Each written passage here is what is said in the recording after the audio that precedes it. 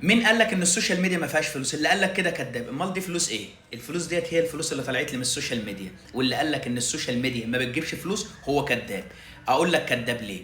خليك معاه وكمل الفيديو الاخر. اسمعوا يا جدعان، السوشيال ميديا فيها فلوس بس اذا مش زي ما انتم متخيلين. يعني مثلا مش هتجيب فلوس من المشاهدات ولا هتجيب فلوس من اللايكات. في طريقين تجيب منهم فلوس. فلوس اللي هو انك تطلع لايف وتطلع تشحت، وبصراحه انا عمري ما هعمل كده لان الحمد لله رب العالمين ايام ما كانش حتى عندي لقمه اكلها عمري ما كنت بعمل كده.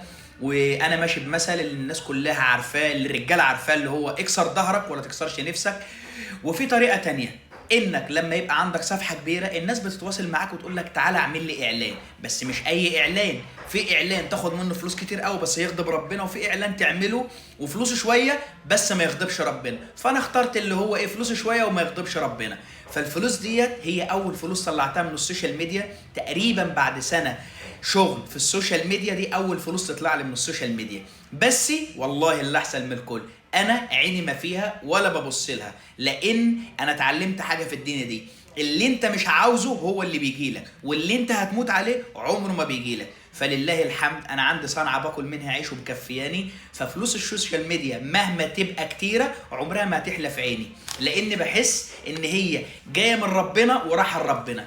فالفلوس ديت انا هخرجها كلها لله. انا في دماغي كام حاجه، بس بما انكم انتوا الناس اللي بتتابعوني والسبب بعد ربنا ان انا اكسب فلوس، فهي جايه من ربنا وطالعه برضو في السوشيال ميديا. مش اعلانات ليا والله، بس طالعه لله، طالعه هبرع بيها الناس. يعني انا في ناس معينه عارفهم هيروح لهم جزء، ولسه مش عارف هعمل ايه بالفلوس الباقيه.